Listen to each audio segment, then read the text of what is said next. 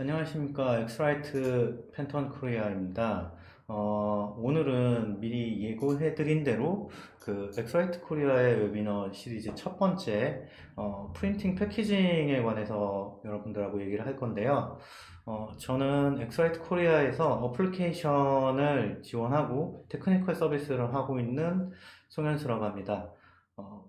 우선 간략하게 엑스라이트 코리아를 소개를 해드리면은, 엑스라이트 코리아는 뭐 팬턴이라든지 이런 먼셀 이런 것들을 취급하고 있고 다양한 측정 장비를 취급하고 있는 회사입니다.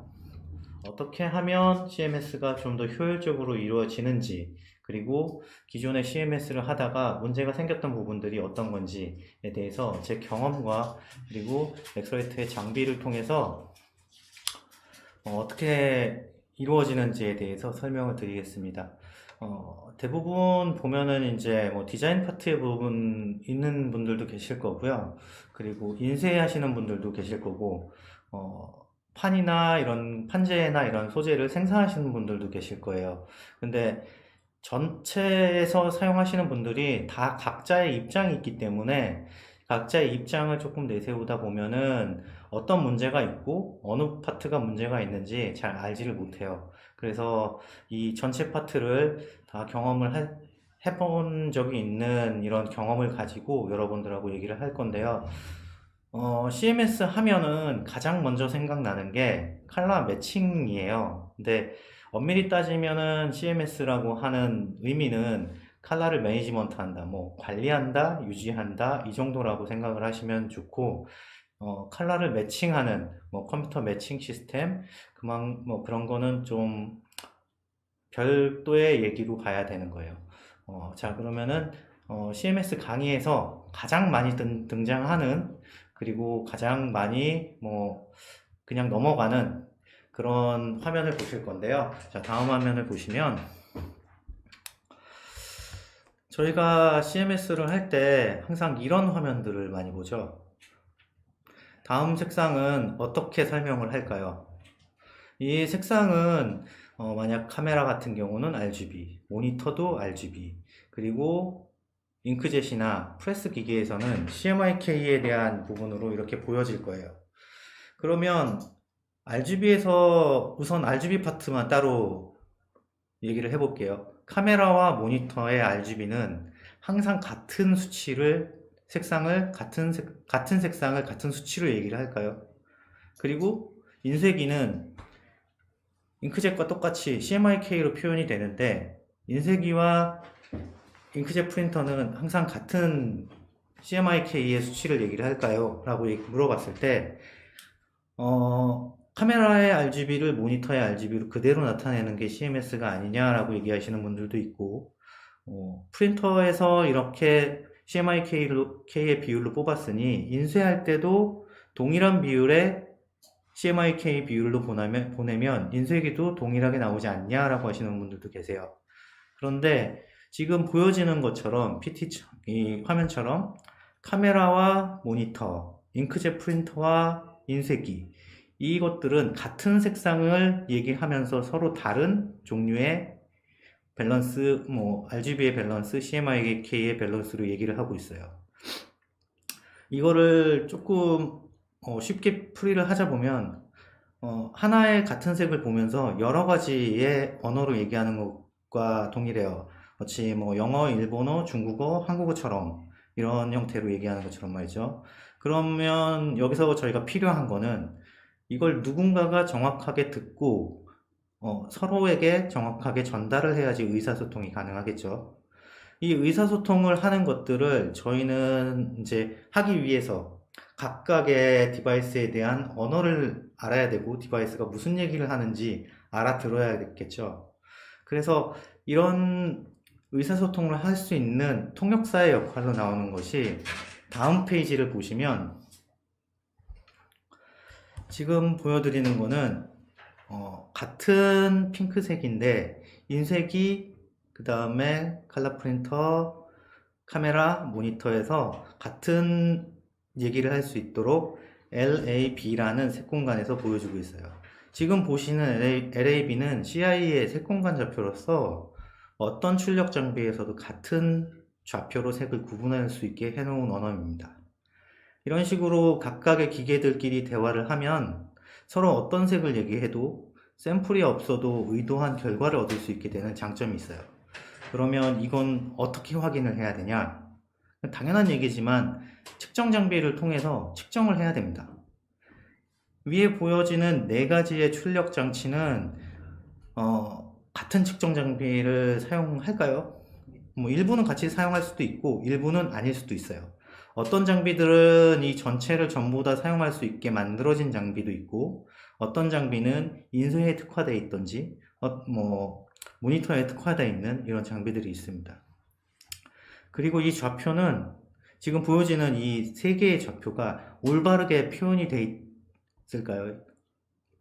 이 좌표 자체는 지금은 일부의 데이터들이 빠져 있는 거예요. 이 좌표를 얘기할 때는 항상 여기서 따라가야 되는 게 있어요. 내가 이거를 측정했을 때의 조명, 그리고 관측자의 시야 각도입니다. 이 두 가지가 다 들어가 있어야지 올바른 LAB 좌표라고 얘기할 수 있어요. 일반적으로 인쇄는 인쇄 표준 광원 중에서 D50이라는 광원과 관찰각도 2도를 사용합니다. 이건 인쇄고요. 그리고 많이들 사용하시는 RGB 카메라, 모니터 등은 광원 조건이 D65의 2도예요. 이게 왜 다르냐면은 결정적으로는 매체의 차이예요.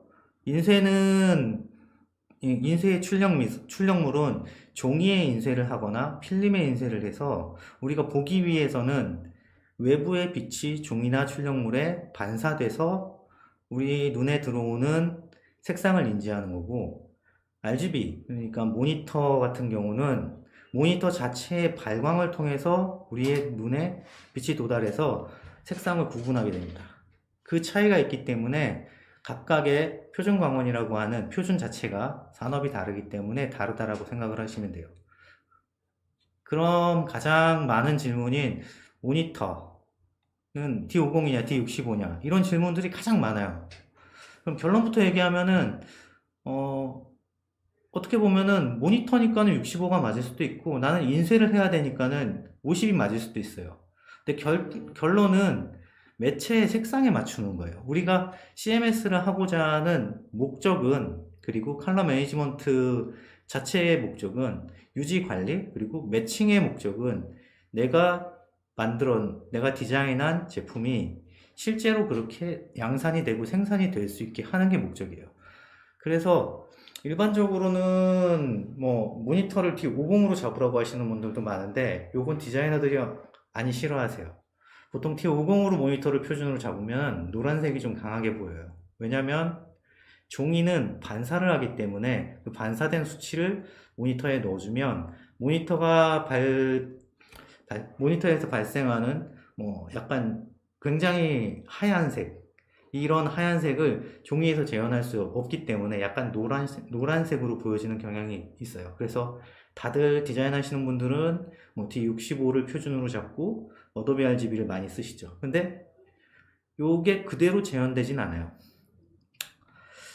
이때 우리가 이제 결과물에 따라서 이제 모니터 캘리브레이션을 하면 모니터가 많이 어두워지고 그리고 종이 색상에 맞추다 보니까는 색상이 조금 노랗게 변형되는 게 엄청 싫어하시는 분들도 계세요. 근데 잊지 말아야 될 거는 패키지 디자인을 하면서 가장 중요한 거는 내가 만드는 제품이 생산이 돼야 된다는 거예요.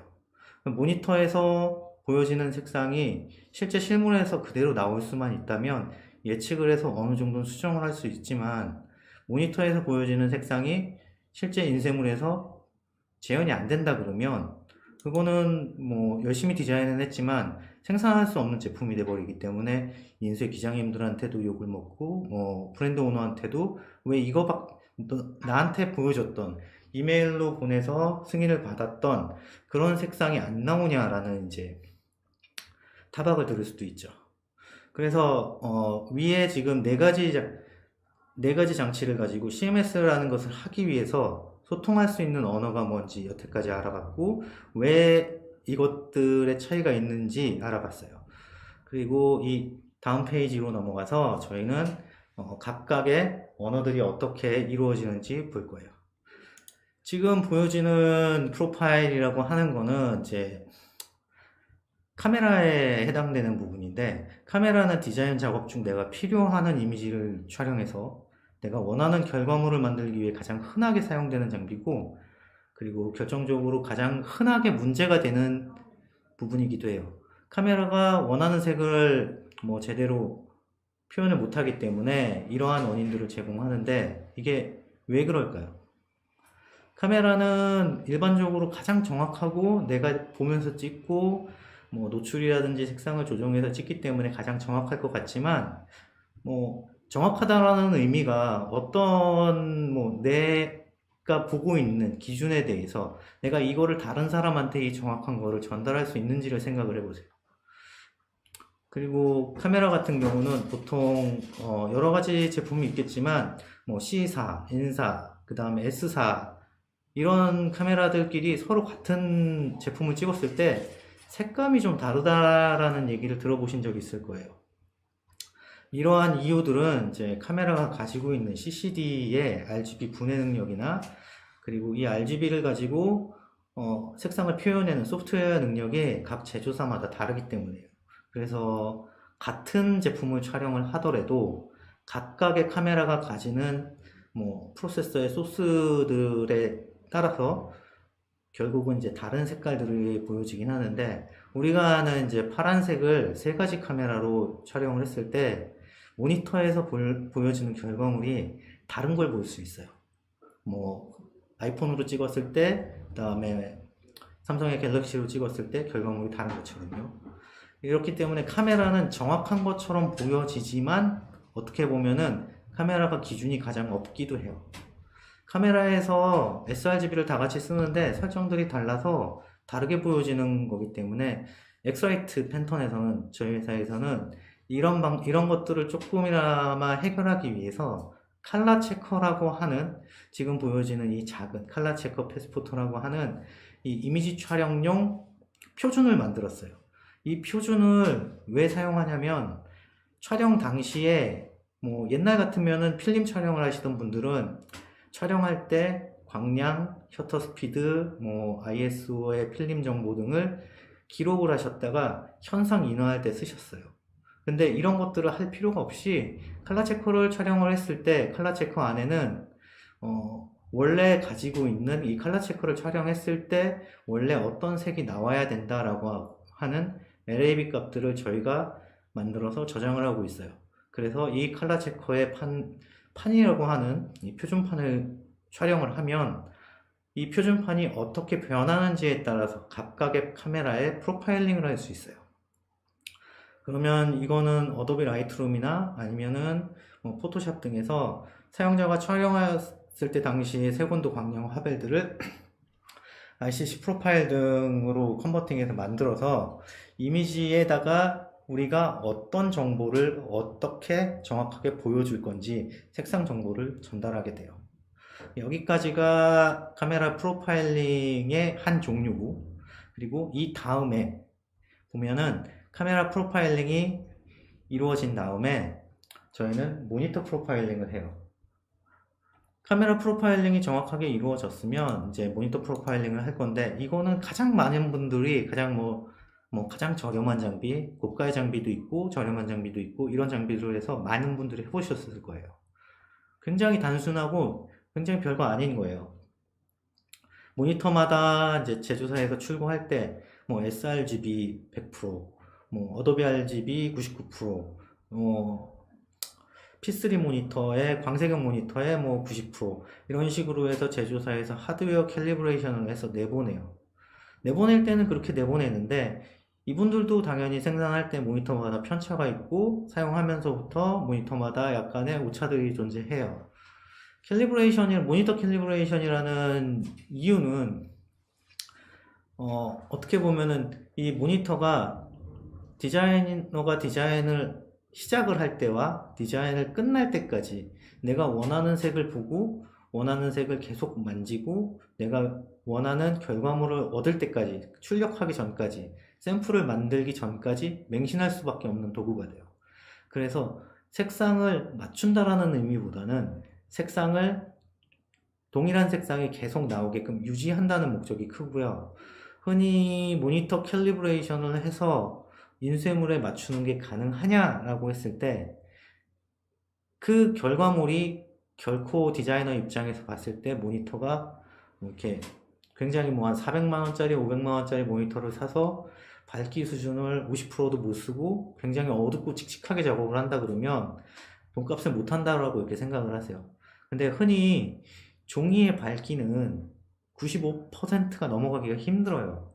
왜냐하면 종이는 빛이 반사되는 거를 저희가 보기 때문에 빛의 에너지 손실이 있을 수밖에 없고, 모니터는 발광체이기 때문에 밝기를 굉장히 밝게 할 수 있는 거죠. 뭐 RGB 같은 경우는 255단계로 흔히들 LAB 값으로 보면은 100 정도를 얘기를 하는데 그 밝기를 유지하는 거죠. 근데 결과적으로는 가장 중요한 건 내가 어떤 결과물을 원하냐는 거예요. 최소한 가장 흔하게 하는 CMS의 방법은 모니터나 포토샵, 일러스트 이런 데서 흰색의 밝기를 내가 사용하고자 하는 최종 인쇄물의 밝기에 맞추는 것부터 시작을 해요. 그러면 뭐 광색역대 모니터의 개조가 좋은 모니터, 솔직히 디지털 상에서만 구현 가능한 색상들이고 디지털 상에서만 구분할 수 있는 색상들이지, 실제 인쇄는 뭐 300dpi도 채 안 되는 형태의 인쇄이기 때문에 해상력이 뭐 개조가 뭐 1대 3000이다, 1대 뭐 3만이다 라고 해봐야 결국은 인쇄물에서는 재현할 수가 없다는 거예요.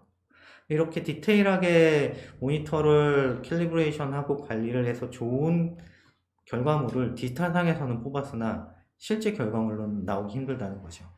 그러기 위해서는 모니터를 어느 정도 스펙다운해서 쓴다라는 뭐 개념으로 이해를 하시면 될 것 같아요. 그리고 이렇게 모니터의 캘리브레이션이 완료가 되면 저희는 이 다음에 보여드릴 샘플을 제작할 수 있는 인쇄용 프린터를 이제 보실 거예요.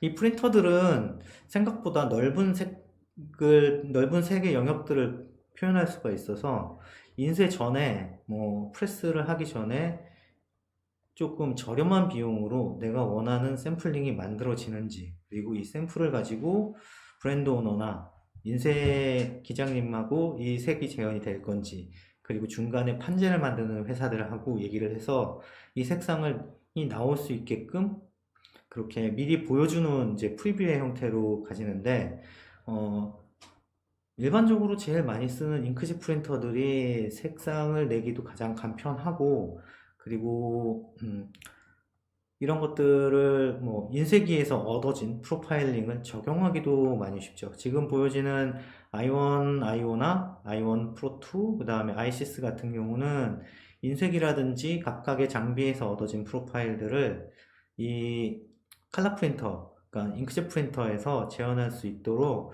프로파일링을 컨버팅 하거나 아니면은 입력할 때 사용하는 장비들이고요. 가장 많이 샘플 제작용으로 쓰이는 인쇄용 프린터 역시도 캘리브레이션을 해주셔야 되고, 각각의 ICC 프로파일을 만들어서 장치가 어떻게 출력이 되는지를 확인을 하셔야 돼요. 그리고 이 다음에 보여지는 화면은 마지막으로는 이제 패키지 인쇄의 가장 최종 단계인 옵셋 또는 뭐 그라비아 형태, 그리고 플렉소 인쇄의 형태인데, 대형 장비인 만큼 한 번 운전에는 엄청 많은 시간하고 비용, 자재들이 소모가 돼요. 그러다가 인쇄를 하다가 중지가 되면 그만큼 손해가 엄청 크게 발생이 돼요. 뭐 판재가 문제가 됐던, 잉크가 문제가 됐던, 혹은 샘플 앞에서 보셨던 그 잉크젯 프린터의 샘플이 잘못 발행돼서 잘못 맞췄을 때도 비용이 큰 손실이 발생이 될 수밖에 없어요. 그래서 인쇄기는 꼭 잉크, 종이, 필름, 자재 등의 관리에 의한 표준이 어느 정도 있어야 되고, 유지 관리가 되어진 상태에서 프로파일을 제작하는 것을 권장을 드려요.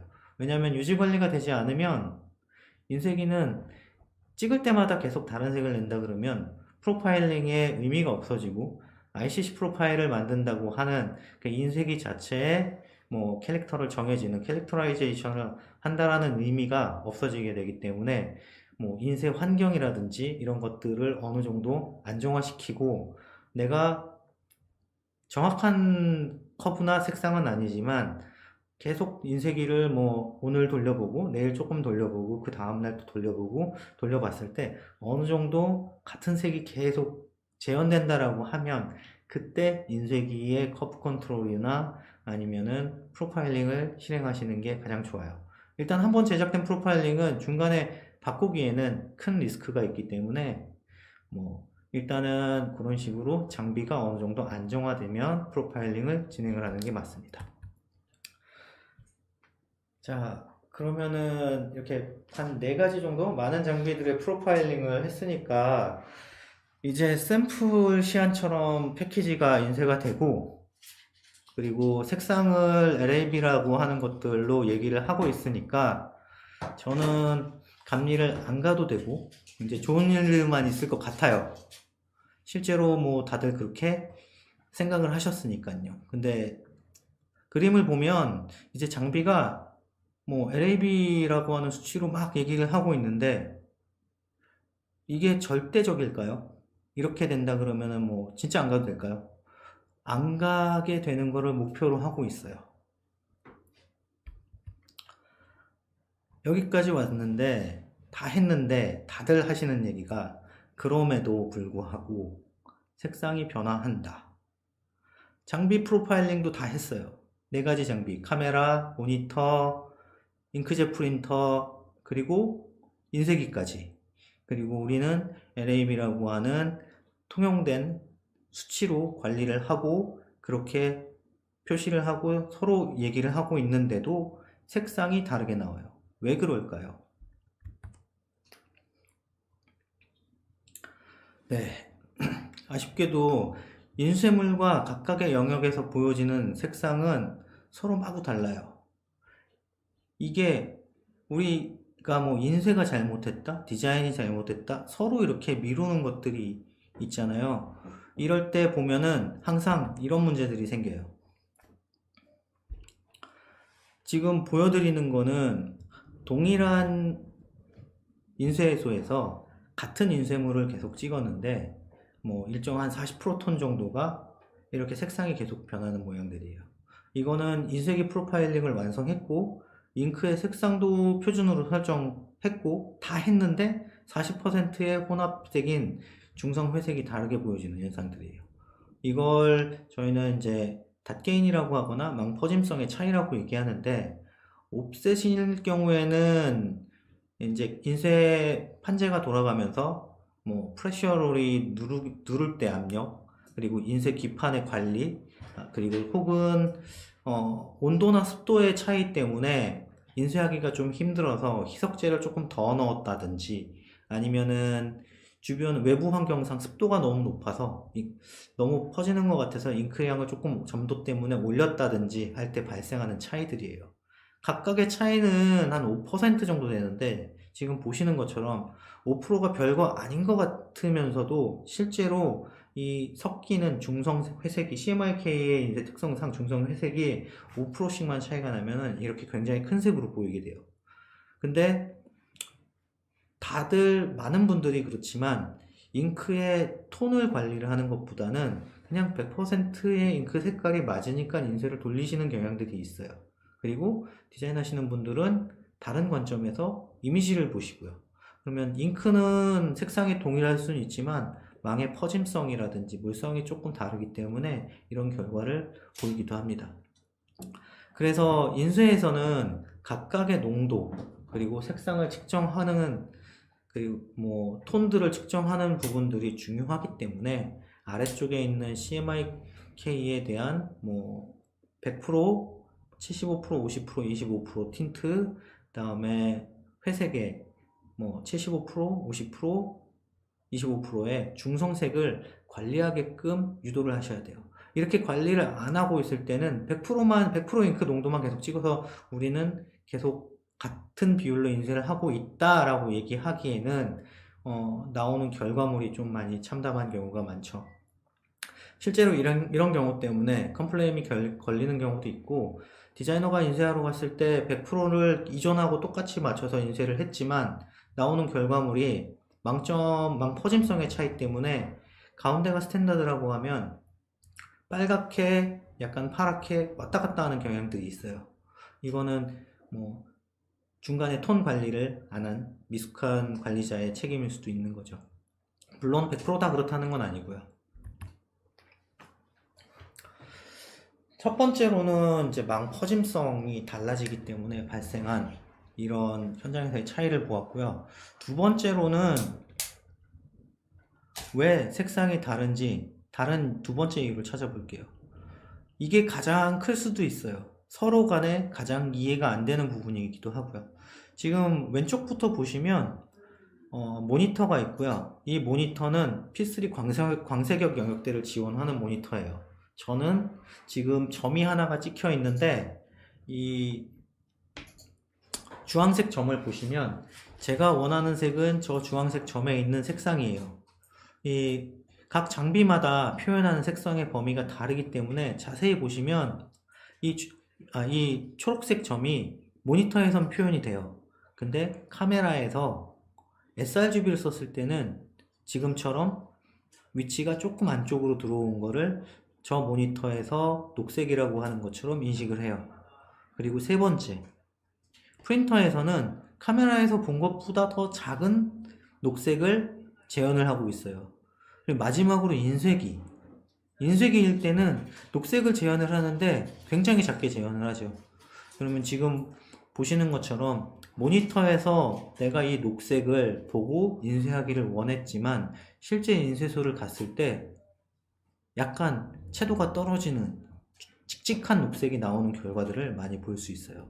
이거는 모니터에서 재현을 하는 RGB와 CMYK의 차이이면서도 그리고 출력하는 장치인 모니터, 그러니까 빛을 발광하는 장치와 반사하는 장치의 색상의 차이인 거예요.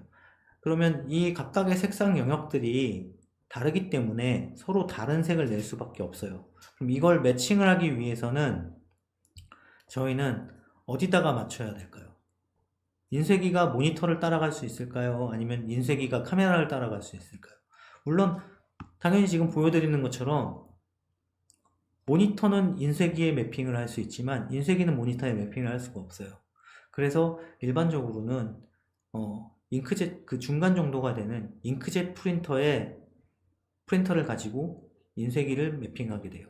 그러면 인쇄기에서 나오는 색은 잉크젯 프린터에서 전체의 색이 다 재현이 가능하기 때문에 그러면 샘플이 이런 식으로 나올 거다 라고 예측이 가능하고 내가 디자인했던 결과물들을 브랜드 오너하고 얘기하기가 좀 편해져요.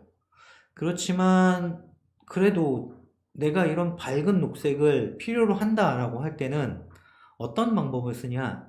흔히들 얘기하는 별색 또는 스파 컬러라고 하는 저희 같은 경우는 팬톤 컬러라고 하는 별도의 컬러를 잉크를 더 써요. 그래서 기본 CMYK로 인쇄를 하되 여기에 내가 원하는 특별한 스페셜 컬러가 있다라고 하면 별도의 분판, 세퍼레이트를 해서 컬러 하나를 더 써서 내가 원하는 컬러를 내게 돼요. 이렇게 하면 지금 색 공간 안에는 들어와 있지는 않지만 별도의 스파 컬러를 원하는 로고나 아니면 타이틀에 이런 색들을 이용할 수가 있어요. CMYK가 무조건 무조건 이런 식으로 잡고, 그 다음에 전부 다 별색이 좋다라는 건 아니에요. 별색도 결국은 합색이 되게 되면은 채도가 떨어지면서 이것처럼 지금 보시는 컬러의 사이즈처럼 사이즈가 줄어들게 돼요. 지금 보시는 거는 이제 각각의 CMYK의 개멋이라고 하는 색상의 영역들을 비교해 놓은 거예요. 여기 보시면은 가장 많이 쓰고 있는 RGB 컬러라고 하는 그 어도비 RGB 1988이라고 하는 영역하고 그 다음에 프로포터 RGB라고 하는 최대 영역이 있어요. 그리고 안쪽에 보면은 SWOP라고 하는 CMYK, 그러니까 흔히들 가장 많이 쓰고 있는 북미의 기준인 스왑이라는 기준이 어도비 RGB 안에 들어가 있어요. 저희가 이 겹치지 않는 부분들이 있을 경우에는 색상이 재현이 안 된다 그랬잖아요. 인쇄기는 이 SWOP의 CMYK 사이즈만한 것도 있고 이거보다 작은 것도 있어요. 요즘 나오는 뭐 엑스트라 게못에 해당되는 것들은 요거보다 조금 큰 영역을 재현을 하기도 합니다. 그래서 주로 가장 많이 쓰이는 게 어도비 RGB의 색 영역을 쓰면서 수압이라고 하는 이 CMYK를 프리뷰 하든지 아니면 요 색 영역을 포토샵이나 일러스트에 워크스페이스에 적용시켜서 미리 보기를 통해서 내가 색상을 재현을 할 수 있는지 없는지 확인하고 출력을 하는 것이 어떻게 보면은 인쇄 파트에 도움도 되고 내가 봤던 컬러를 제품을 그대로 생산을 할 수 있게 도움이 되는 거죠. 가장 중요한 거는 디자이너들 분들에게 이제 말씀드리고 싶은 거는 가장 중요한 거는 이쁘게 디자인하는 것도 좋고 다 좋지만 결과적으로는 무엇을 할 거냐는 거예요. 목적이 뭐냐는 거예요. 이걸 그냥 인터넷이나 뭐 유튜브 혹은 뭐 웹브라우저 모니터상에서 보여주고 말 건지 실제로 제품을 양산을 했을 때 내가 예측했던 색상을 뽑아서 제품을 양산해서 꾸준하게 판매량을 늘려갈 건지 아니면 지속적으로 그냥 나는 이쁘게 디자인해 놓고 인쇄 파트에 던져 놓고 나오게 해주세요 라고 계속 푸시할 건지 이건 어느 쪽을 선택을 해야 되는지는 이거는 뭐 조금만 생각해 보면 금방 알 수 있는 거겠죠. 그리고 큰 실제로 인쇄소들이나 아니면은 디자인 파트 쪽에서 정확한 색을 인쇄를 했음에도 불구하고 브랜드 오너가 이런 환경의 차이 때문에 색상이 좀 다르다고 느끼는 경우도 있어요. 그래서 인쇄소 현장의 조명이 굉장히 중요합니다. 인쇄소 현장에서는 승인한 결과물이 사무실에 왔을 때 혹은 브랜드 오너한테 전달됐을 때 조명의 차이로 인해서 인쇄 중인 제품이 폐기되는 경우도 있었어요. 그래서 측정이 중요하다라고 말씀을 드리는 거고, 측정됐을 때의 이 리포팅을 첨부하는 것도 좋은 방법이기도 해요. 어떤 고객들은 이 차이를 인지하고 조금 경험이 있으신 분들은 어둡게 돼 있는 인쇄소 환경에서 나와서 샘플을 비교하실 때 밖에서 햇빛이나 자연광에서 인쇄물을 판단하시기도 해요. 이게 조금 어떻게 보면 현명한 건지는 잘 모르겠지만 햇빛 아래에서 판단을 하면은 인쇄소에서 판단하는 것보다 조금은 낫지만 오히려 너무 날씨가 좋은 날은 밝기가 너무 밝아서 정확한 색상을 보는 거에 조금 방해가 되기도 해요. 그래서 통상 저희가 엑스라이트에서 사용하는 인쇄소에서 사용하는 광원들은 D50이나 D65 그리고 흔히들 가장 흔한 게 형광등이나 이런 데서 확인하기 때문에 형광등의 계열의 뭐 CWF나 이런 광원에서 두 가지 광원 정도에서 어느 정도 색상이 비슷하게 나온다라고 하면 인쇄소에서도 올바른 색상을 볼 거고 사무실에 갔을 때도 크게 다르지 않은 일관성 있는 색상을 보시게 될 거예요. 그렇기 때문에 환경의 차이는 이렇게 지금 보여드리는 세 가지 정도의 차이로 생각을 하시면 되고요. 아래쪽에 있는 이 컬러들을 보면 백열등부터 시작해서 형광등까지의 조명을 조금 이제 극대화해서 보여드리는 거예요. 백열등 밑에서 보이면은 당연히 좌측에 있는 것처럼 노랗게 보이겠죠. 그리고 형광등 밑에서 보면은 우측에 있는 것처럼 파랗게 보여요. 표준은 가운데인데. 그러면 고객은 뭐 옛날 같았으면 북미에 있는 고객들은 집안에 이런 노란 등이 많으니까 색깔이 이상하다고 느낄 거고 오피스에 가서 봤을 때는 너무 좀 파랗다고 느낄 수 있어요. 이렇기 때문에 실제로 인쇄물을 가지고 들어갔는데 가서 이거 색깔이 뭐 저희 센터장님이 아니면 저희 팀장님이 이거 색깔이 조금 이상하다고 판단하셔서 지금 찍은 거는 못 쓸 것 같고 다음에 다시 재인쇄하러 갈게요 라고 하시는 분들도 간혹 계십니다. 이런 식으로 환경의 차이 때문에 로스가 발생을 하고 비용에 대한 손실이 발생할 수 있다는 점도 유의하셔야 돼요. 지금 보여드리는 거는 저희가 표준으로 사용하는 이제 엑스라이트의 칼라 체커와 라이트박스를 이용해서 이 네 가지, 그러니까 사무실 조명, 디오공, CWF, 그리고 A광이라고 하는 이 네 가지 광원들에서 색상이 어떻게 변하는지에 대해서 보여드리는 건데요. 앞에서 말씀드렸던 것 같이 D50에서 인쇄를 OK를 하고 CWF 또는 사무실 조명에서 봤을 때는 색 차이가 많이 나기 때문에 사무실로 가져왔을 때 뺀지 먹는 경우도 있다라고 말씀을 드린 거고요.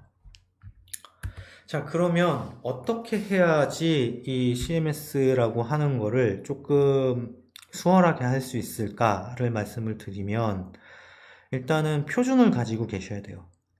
최소한의 기준을 가지고 유지 관리를 하기 위한 노력이 필요해요.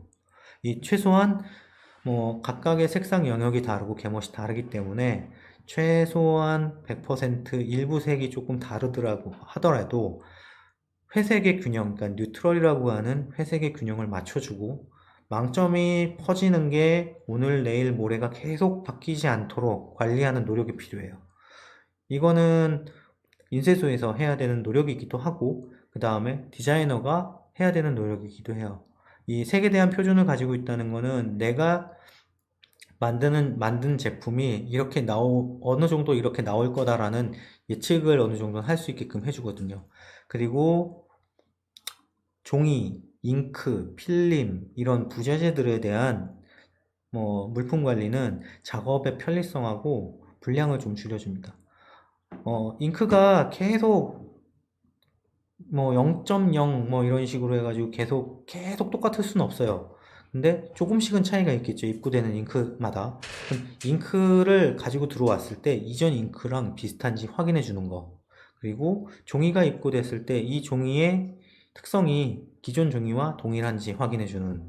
그리고 판재가 들어왔을 때 이 판재에 재현되어 있는 망점들이나 아니면 플렉소나 그라비아 같은 경우는 플렉소판, 그라비아 실린더 등의 조각 상태, 그 다음에 판의 부식 상태들이 기존하고 동일한지 증명할 수 있는 방법들을 찾으셔야 돼요. 그리고 한국은 특히 이제 사계절이 있는 특성 때문에 현장의 온도, 습도가 굉장히 많이 변해요.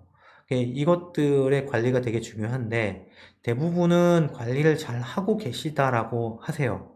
실제로 현장에서 습도나 온도를 측정을 해보면 일부, 그러니까 내가 유리한 쪽에 출입문 쪽이라든지 아니면 안쪽이라든지 온도차가 굉장히 크고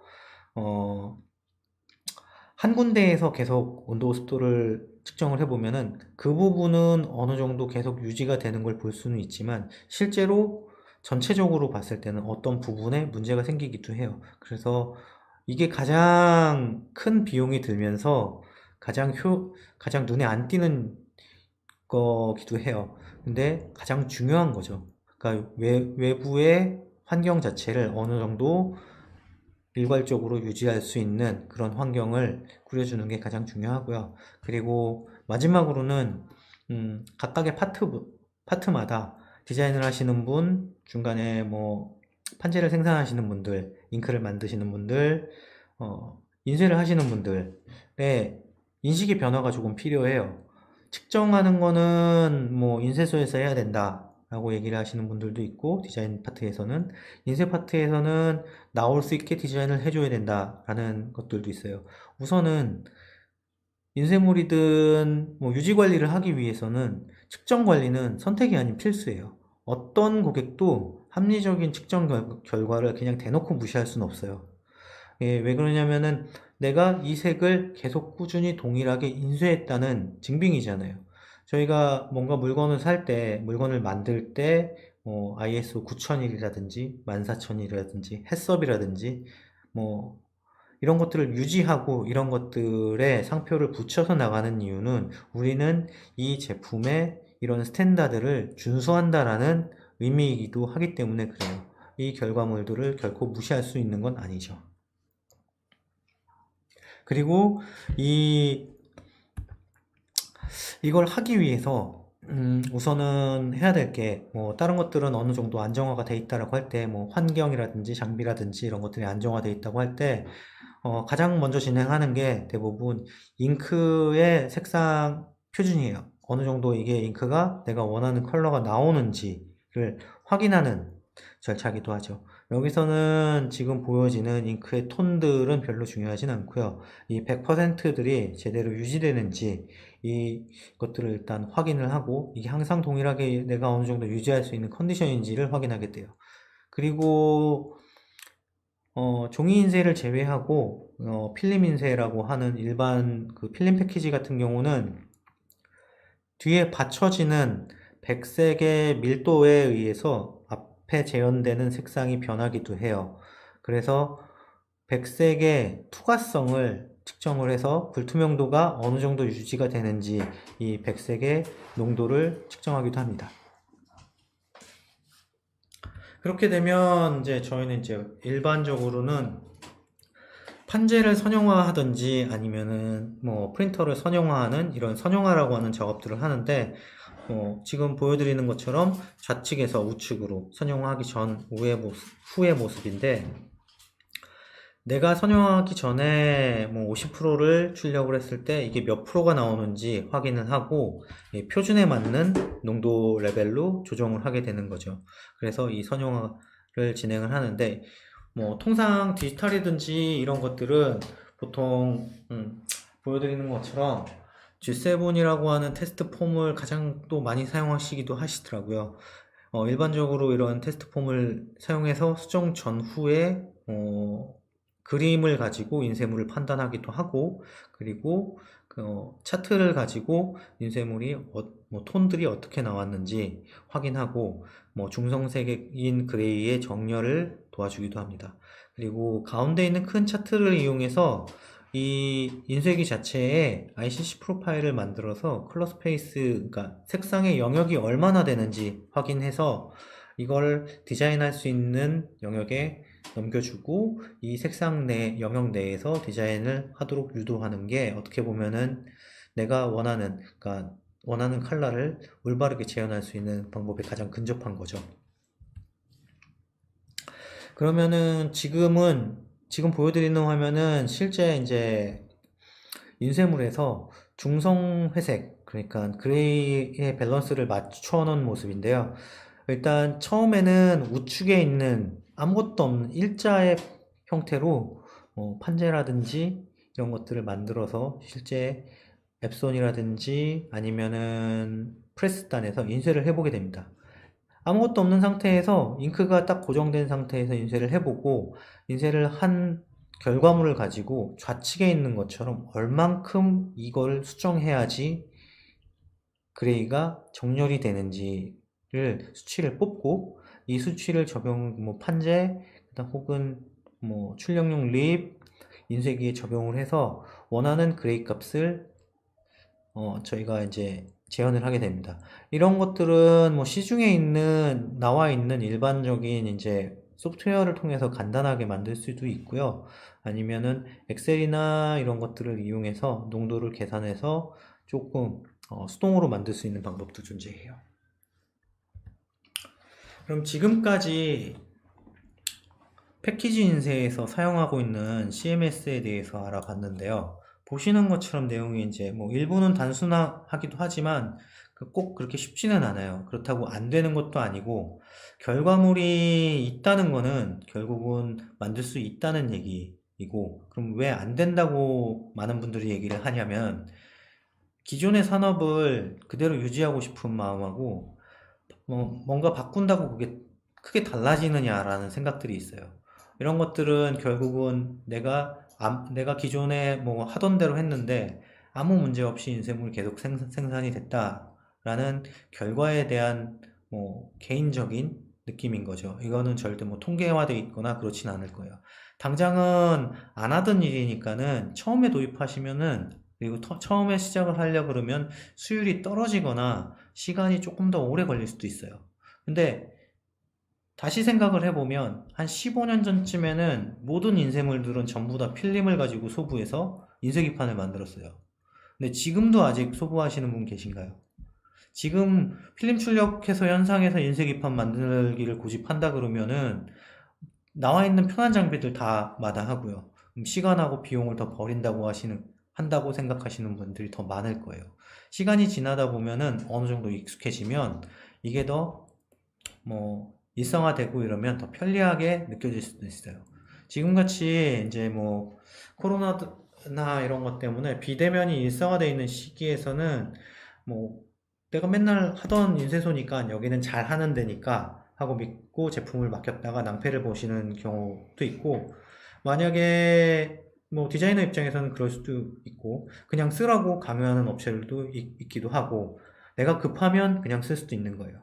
그러면 업체는 당연히 뭐 우린 잘 하고 있어 라는 인식을 주게 되죠. 무언가 유지하고 관리하는 것은 표준화를 하고 기록하기 위해서는 측정을 해야 되는 거고, 이거는 신뢰의 문제이면서 더 이상 미룰 일은 아닌 거죠. 보통 이런 얘기를 이제 쭉 진행을 하다 보면은, 저도 처음에 이제 CMS를 시작을 하면서, 그 다음에 이런 측정에 관련된 것들을 하다 보면은, 이건 다 해외에서만 하는 거 아니냐. 해외 업체들도 잘 안 된다. 대신은 해외 업체, 뭐 이렇게 얘기하시는 분들 많은데, 해외 업체들은 어느 정도 유지 관리가 잘 되고 있고, 본인들이 원하는 것을 정확하게 이해하는 인쇄사 또는 디자인 업체, 중간에 프리프레스 업체를 선택해서 관리를 어느 정도 다 합니다. 그래서 그분들은 국내에 뭐라 그러면 어떻게 보면은 이제 그분들도 고객의 수는 어느 정도 정해져 있고, 이런 것들을 하려고 하는 고객들은 굉장히 고가의 뭐 비용을 지불을 하고 하는 고객들이기 때문에 그 수가 무진장 많지는 않아요. 그렇다고 막 무한정으로 늘어나지도 않고.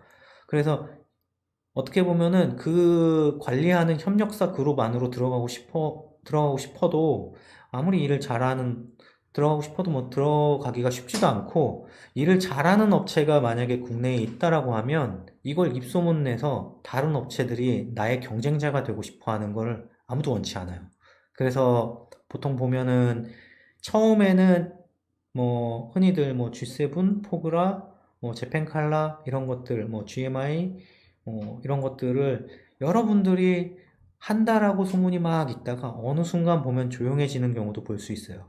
이런 경우는 실제로 이제 뭐 이런 협력사들의 고객 리스트를 보면 그분들은 계속 유지를 하고 계시고 매출을 계속 꾸준히 올리고 계세요. 근데 왜 아무도 안 하는 것처럼 보이냐? 아주 심플해요. 자신의 일거리를 뺏기고 싶지 않으니까 공개를 안 해요.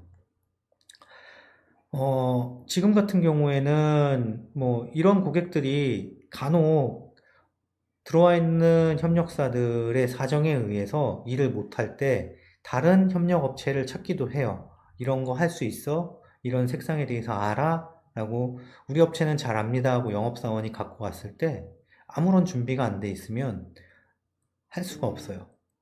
이런 고객들이 찾아오면은 당황하지 마시고 지금부터 천천히 준비를 하시면 돼요. 그리고 가장 중요한 걸 기억하셔야 돼요. CMS를 왜 하는지, 목적이 무엇인지. 그게 가장 중요해요. 목적은 디자이너도, 그 다음에 프리프레스단도, 인쇄단도 목적은 똑같아요. 내가 원하는 거, 그리고 고객이 원하는 걸 최대한 빨리 출력을 해서 나의 생산 수율을 높이고 그거에 투자에 따른 수익을 내기를 원하는 거죠. 그러면은 지금부터는 저희가 갖고 있는 장비 중에서 실제로 뭐 이렇게 말만 계속 이렇게 떠드니까 그럼 이게 과연 가능하냐라고 하시는 분들이 어느 정도는 있어서, 그럼 이게 되는지 안 되는지, 뭐 어떻게 진행이 됐는지 한번 보도록 할게요.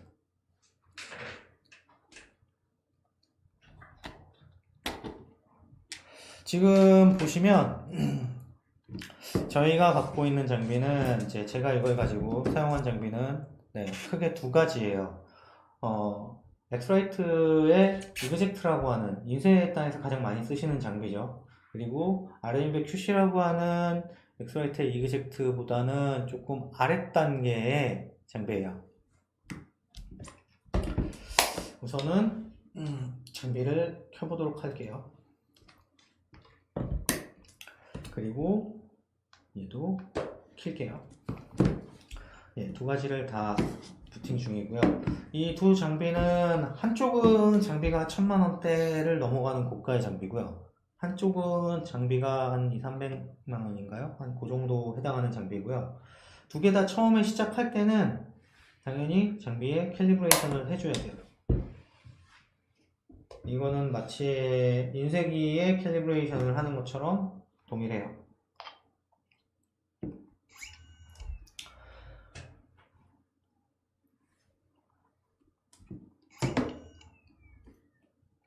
지금 아래쪽에 지금 보여지는 화면은 이제 저희가 인쇄 테스트를 진행을 하고 인쇄물과 타겟, 그러니까 컬러 프린터를 매칭을 하기 위해서 작업을 했던 건데요.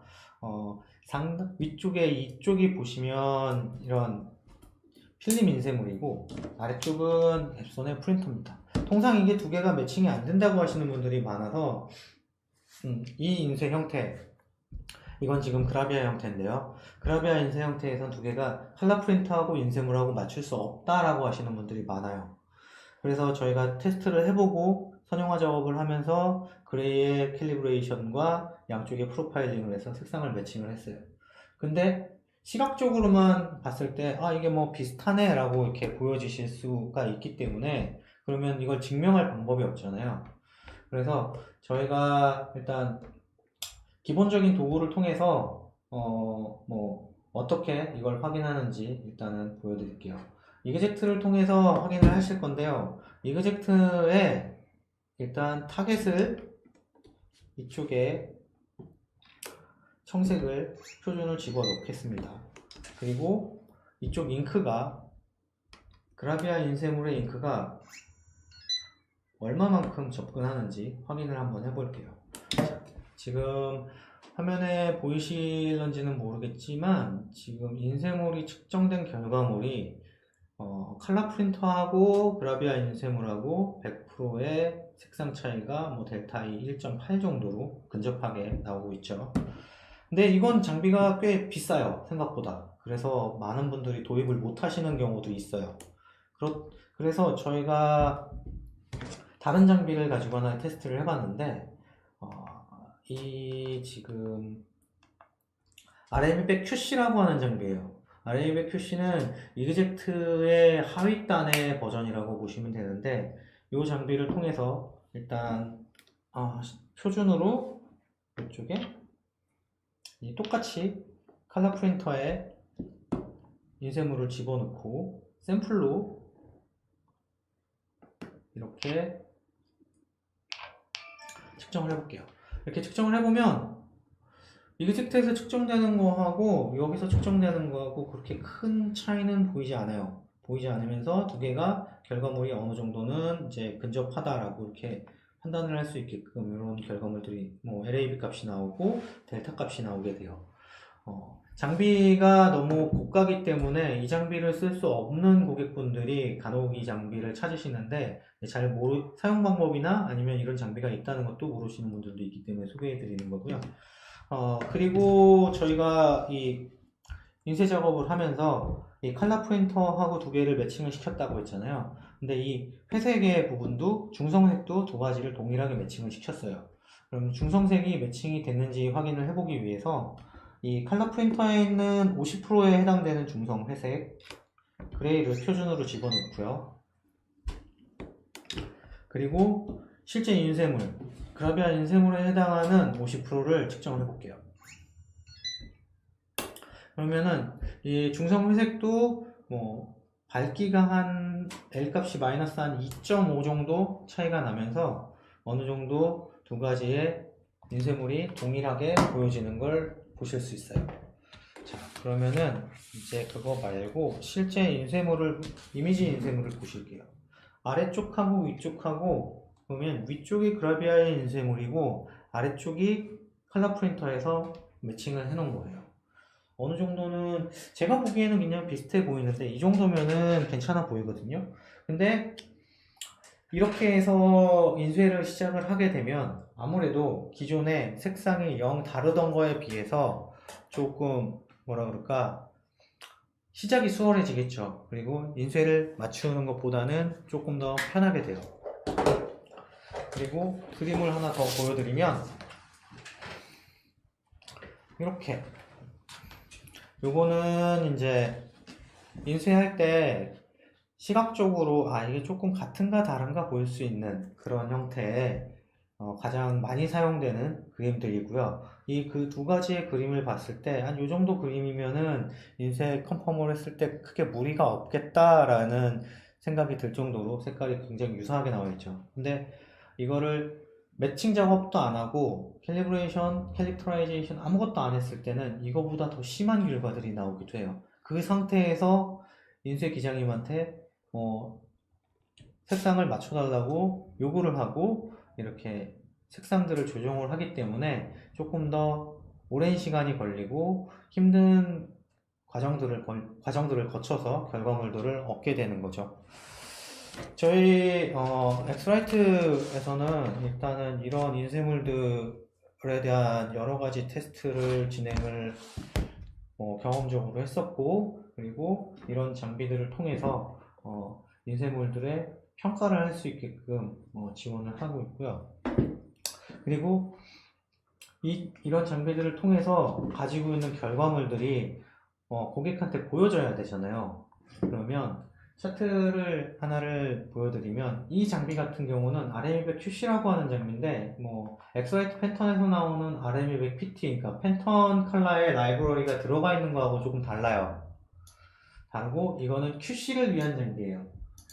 얘를 사용하실 때 USB 보고 모드라는 모드가 있어요. 이렇게 놓고 보시면 지금 모니터에 보여지는 것처럼 스펙트로포토메터의 샘플 스탠다드에 대한 결과값이 계속 측정이 누적이 돼서 이 샘플이 인쇄물하고 유사하다 아니다, 이 색상이 정확하다 아니다를 이렇게 PDF 형태로 바로 뽑아 쓰실 수 있게 장비에서 지원을 하고 있고요.